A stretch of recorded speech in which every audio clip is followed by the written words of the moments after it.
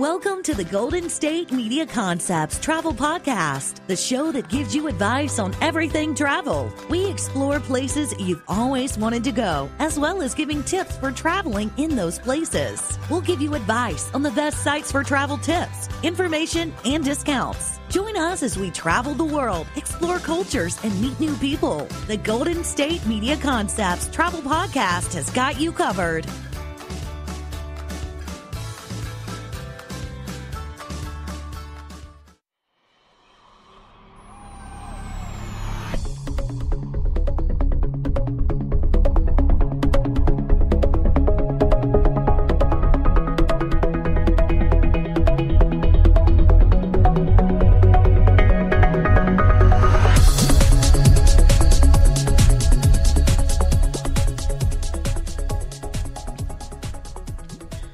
Hello and welcome to the GSMC Travel Podcast, brought to you by GSMC Podcast Network. I'm your host, Staci, and I feel like I've said this a lot, but it might be because I host numerous podcasts, so I hope I haven't said it too much on this podcast. But it is summer now when I'm recording, maybe not when you're listening, and it is very hot where I live. Very hot, I hate summer here. It's so hot. It feels like the majority of summer is spent above 100. I'm not sure if that's actually technically true, but my misery makes it feel that way. So yeah, I'm just not a fan of summer. So as I was thinking with the travel podcast, which has me imagining myself going different places, often with an imaginary lover along with me, I was like, where can I go to not be so hot? So I went to the almost exact opposite place of where that could be, which is Antarctica.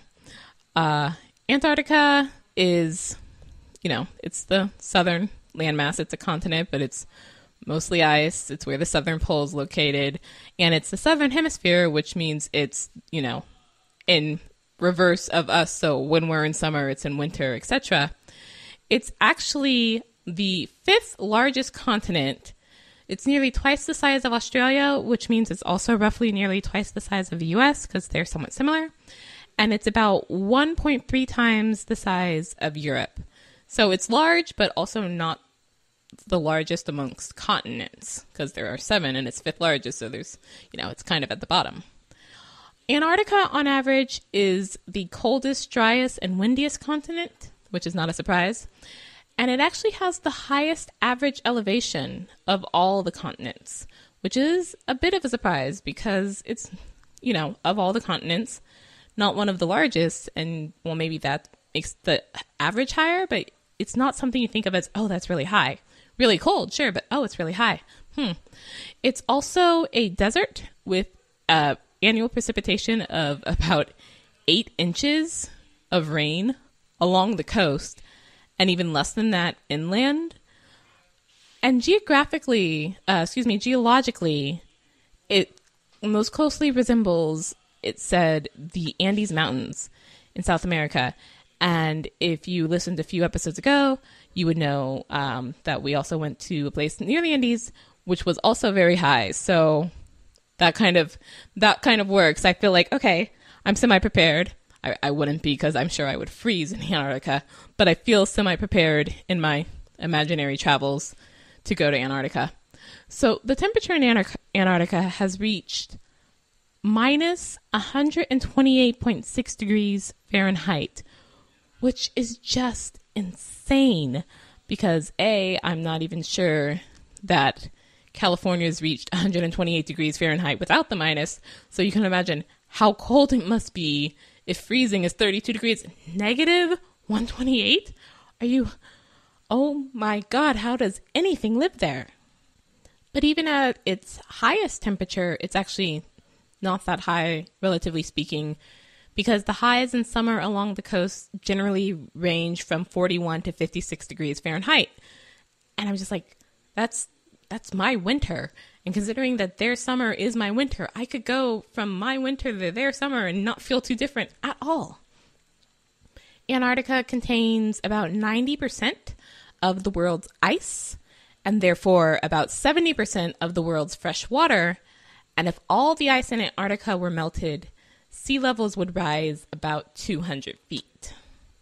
But interestingly, even though this seems like an absolute, almost literal no man's land, there are anywhere from 1,000 to 5,000 people residing in Antarctica throughout the year at research stations. There are a number of stations often associated with, if not specific countries, it's sort of, this is the Russian station, this is the whatever station, but they're all for research. There was a period of time where people lived near Antarctica or along the sort of outmost areas of the coast for whaling, but that's not the case anymore. Antarctica is noted as the last region on Earth in recorded history to be discovered, and it was considered unseen until 1820 when the Russian expedition of, and I apologize because I'm going to totally butcher these names, Fabian Gottlieb von Bellinghausen and Mikhail Lazarev on Vostok and Mirny sighted the Thimble ice shelf. Lots of names there, I apologize. The first documented landing at Antarctica was by American John Davis at Hughes Bay near Cape Charles in West Antarctica in 1821, but some historians don't actually believe that to be the case. And the first confirmed landing is not until 1895, which was by Norwegians, which is kind of interesting because I believe the Norwegians were also the ones who first set foot at the actual South Pole. The first women to step onto the South Pole were Pam Young, Jean Pearson, Lois Jones, Eileen McSeveny, Kay Lindsay, and Terry Tickle in 1969. So a number of years between we first get to Antarctica and then later we first get to the South Pole, and then women get there as well. The first person to sail single-handedly to Antarctica, and I have no idea why you'd want to do that, in the same way that I don't understand the people who go to Antarctica in yachts. I'm just like, no, I want the big icebreaker ship. You are not getting me on a tiny little thing where, ships have been known to get caught in ice. Not going to happen. But the first person to do it single-handedly was David Henry Lewis from New Zealand in 1972. Antarctica is it's a continent, but it's not a country. And it is actually considered a de facto condominium. And I first got confused. I was like, it's not a condo. I don't understand. It's a condominium in that it's governed by parties to the Antarctic Treaty System that have consulting status, and it's not, again, considered the property of any one place. 12 countries signed the treaty in 1959, and 38 have signed it since then, and the treaty prohibits things like military activities and mineral mining, nuclear explosions, nuclear waste disposal, but also supports scientific research and protects Antarctica's ecozone. And the name Antarctica it was actually at one point possibly going to be called Australia or Terra Australis, which is sort of southern land. But when Australia was discovered, it was given that name instead because the discoverer thought there couldn't possibly be any large landmass more south of Australia. So this is clearly the southern land. This is Australia. So when we got to Antarctica and actually discovered it, we gave it the name Antarctica, which is the Romanized version of the Greek compound word Antarctique, meaning opposite to the Arctic or opposite to the North, because it is literally opposite of the Arctic. But it's strange to think that it might have been called Australia. I mean, they're both continents, so yes, but also Australia seems like a very warm place, and Antarctica is most clearly not that whatsoever. So yeah, there are, however, ways, even though it seems very far off and hard to get to unless you're a research scientist, it is possible to actually visit Antarctica without being part of some sort of research team, which I will tell you about after we take a short break. So stay tuned. you want to be healthier, yet you just don't know what to do? All these shows telling you this and that, but nothing seems to work. Well, listen close. Golden State Media Concepts has got something great for you. The Health and Wellness Podcast dedicated to workout trends, healthy eating habits, diet, and everything about healthy living. Join us in our banters as we help you not just live life to the fullest, but live it to the healthiest.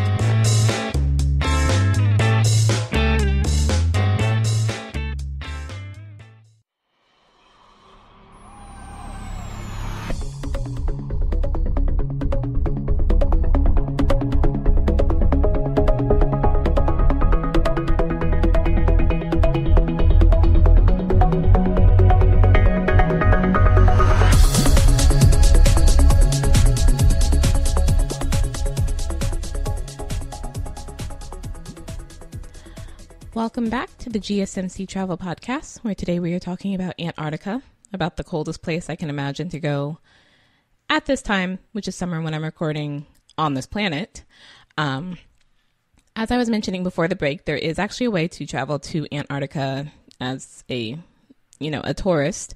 And that population I mentioned earlier, that 1,000 to 5,000, that varies because of the tourist season. So Antarctica's tourist season covers about 5 months, basically the southern hemisphere summer from about November to March. And so it is greater, quote unquote greater, relatively, the 5,000 more so during the summer and the 1,000 when it is winter down there. The most common way to travel to Antarctica is on a special cruise ship. And I want to call it an icebreaker, but I'm not sure that the actual ship is called that. I feel that might be the historical term for ships that traveled with ships that were trying to get to the pole, or that come and rescue ships that are caught in ice. But I'm not sure the actual cruise ship that people would travel on to Antarctica is called an icebreaker, but it just sounds nice in my head. So icebreakers. The cruise ship trips vary, but are usually between 10 days and 3 weeks long.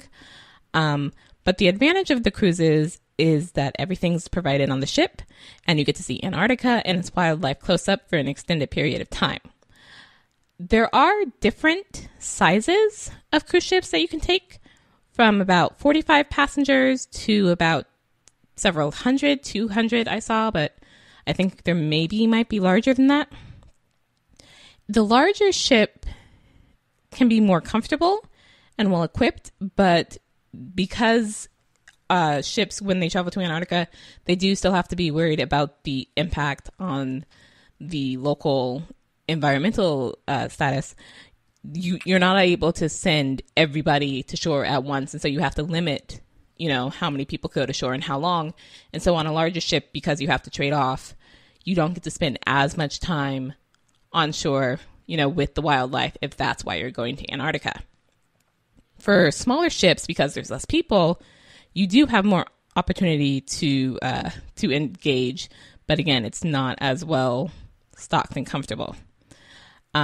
Interestingly, most Antarctic cruises don't actually cross the Antarctic Circle, so you're going to Antarctica, but not to the South Pole, because Antarctica, if you ever look it up in a map, there is sort of a curving large part and then a stretching out tip, and you can hit that tip. I was going to say somewhat quickly, but I believe the Drake Passage is there, but going from southern South America, like Chile. So you could go there and be in Antarctica without technically being in the Antarctic Circle. Another way to view Antarctica is by flying. There are sightseeing flights over Antarctica, which allows you to see it, and these can be relatively short, especially compared to the cruise ship.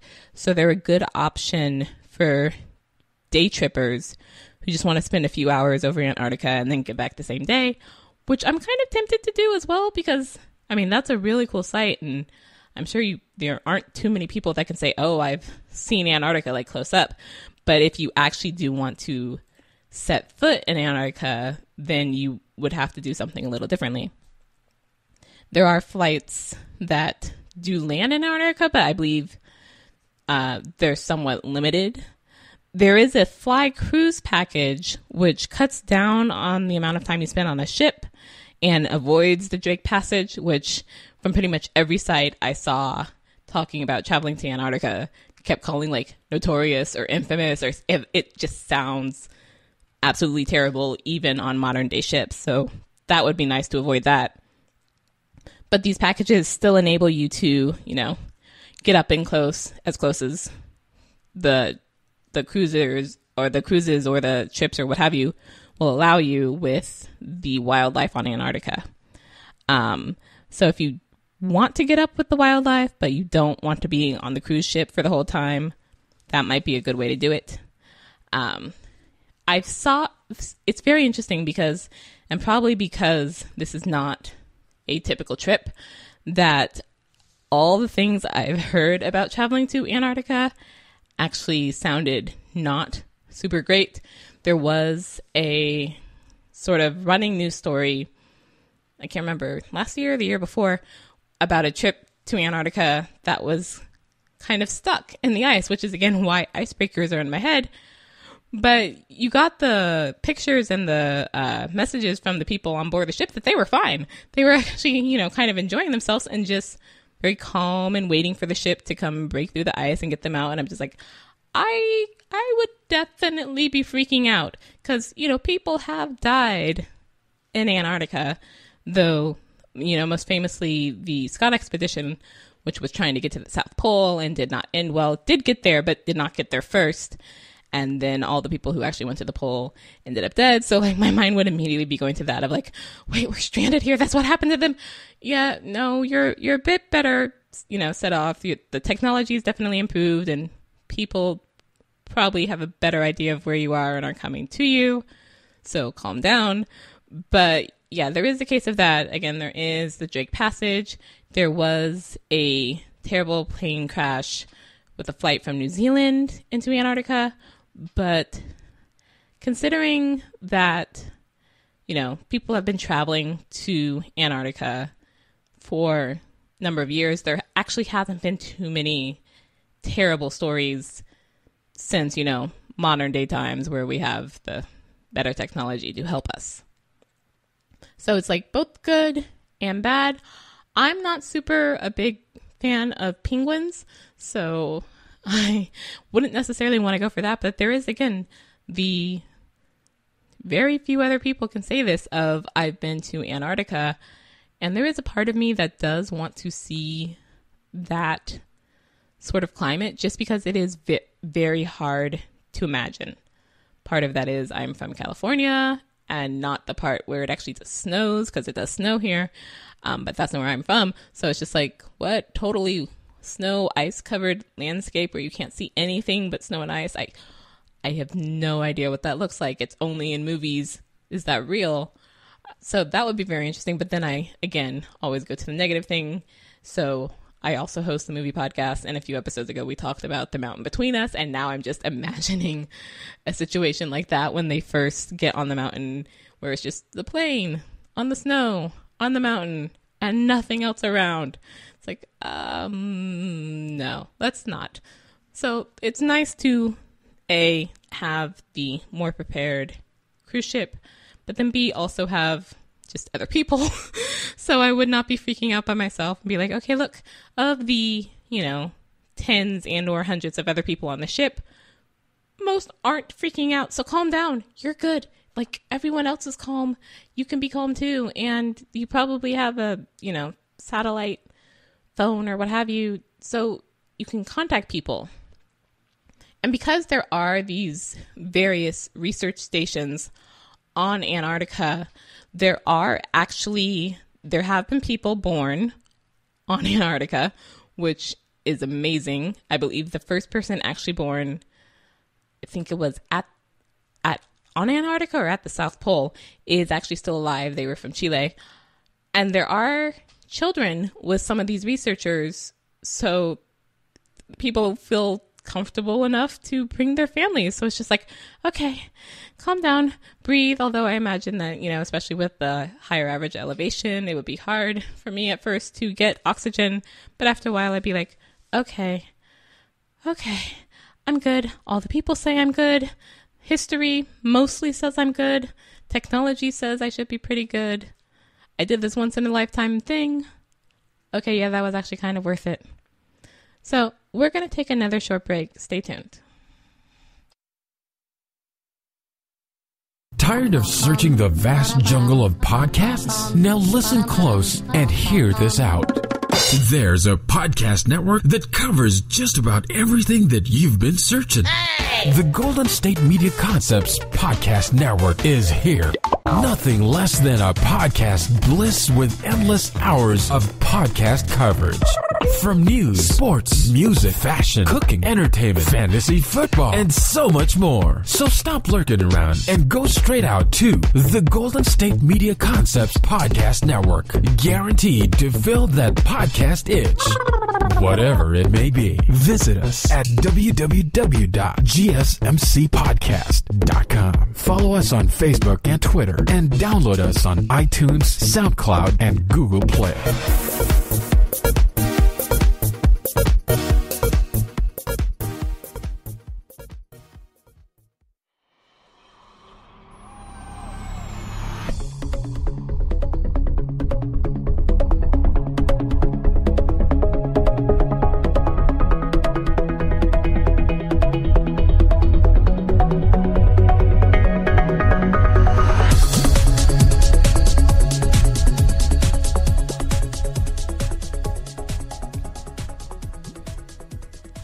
Welcome back to the GSMC Travel Podcast.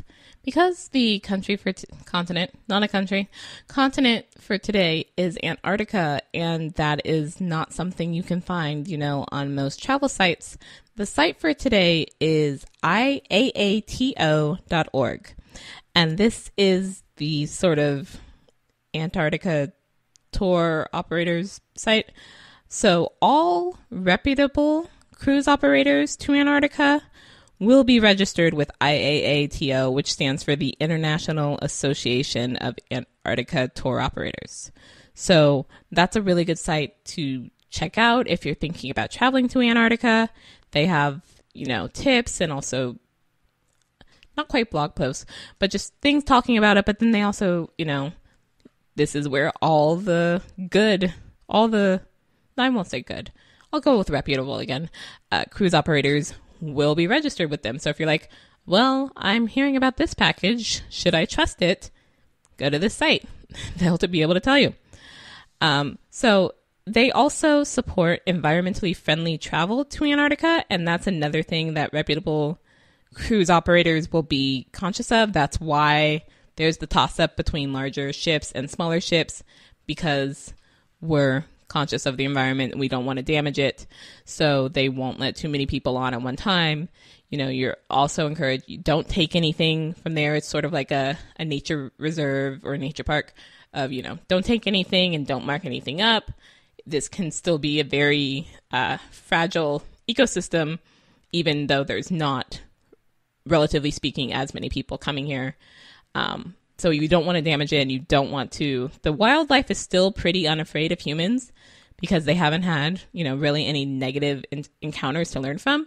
And you obviously want to keep that going for more generations to be able to come and see it. So you don't want to behave in any sort of negative way.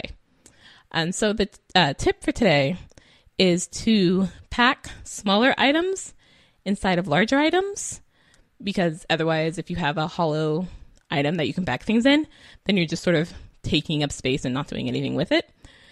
And so I was thinking of this again because part of my, not quite paranoia, but tendency to freak out about things, and the idea of traveling to Antarctica was just, again, disaster movies. The Mountain Between Us and the Scott Expedition, which I really should not have read about before recording this episode, because then that got in my head. So it's just like, okay, if I go, I need to be prepared. And so I would want to probably septuple check. I don't think that's a word, but at least 6 times check that I have everything I need and I'm prepared for every possible bad situation I can think of. And part of that would involve packing properly. And I'm actually kind of terrible at packing, just in general. I get super tired after. I'll start off good, and then it's halfway through, do I have to fold all my clothes? Really? if I just like stuff them in and then step on them, won't that take up all the empty space eventually? Like, this, is it really better to be me? Because I'm kind of tired of this. This is, and then I never can pare down well enough. I'm pretty good usually with the weight limits because I have a scale that you can take with you. But I will definitely overload my carry-on, which I know now some airlines are like, also, you can't do that with your carry-on. But there was one time when I had to fly pretty much all my stuff. And after the clothes were in there, things just sort of got put in haphazardly. It was just sort of like, this can go in this suitcase, this can go in this suitcase. I don't care. I'm tired of packing. Packing is terrible. It sucks. But I think it would have probably been good if I had, you know, A, system, and B, the patience to follow that system, but then C, a very good way of making use as much as possible of all the space in the suitcase, because I think then I had to actually borrow suitcases. Thankfully, they were my family, so, you know, the person wasn't going to miss them anytime soon, and they knew who I was. But I did have to sort of borrow suitcases, and my mother was traveling with me. So when she went back, her entire checked bag, I think, was like a suitcase inside a suitcase inside a suitcase. And there was just stuff in her carry-on, and I was like, I love you. Thank you for doing that. Okay. But yeah, so I would definitely need a better packing system. And I like this idea of putting things in other things, although then I'm worried about the way they do checked bags, because at one point I put a water bottle in a checked bag, and it didn't have water in it, but it was a metal water bottle, and I think that's why they opened it. All I saw was a letter that they, you know, opened it and checked through it, and I took a guess that it was probably off of the metal water bottle and the way it came up through the scanner. But that does then make me worried of how will things come up in scanners, and will they think, you know, I have something dangerous in my bag when I don't, but then they can just open it and see that I don't. But yeah, so more space, but possibly, I mean, I've never had too bad of a problem with checking my luggage and them being able to check my luggage and see that it's safe. I have once or twice freaked out because I thought they lost my luggage and it somehow just didn't show up on the carousel with everybody else's. And so I like went to go file a claim, and then it showed up like by the time I was finishing that almost an hour later. And I'm like, where did you put that it's just now showing up? Did you think it was going to a different flight? Like, did this nearly go to a totally different state? Where was my luggage for this whole time that it's just now showing up? But thankfully I've never actually lost any luggage. Knock on wood, because now, of course, now that I've said that, gosh darn it. So anyways, yes, that is the tip for today. And the site is iaato.org for the International Association of Antarctica Tour Operators. So that's it for today. Thank you for listening to the GSMC Travel Podcast.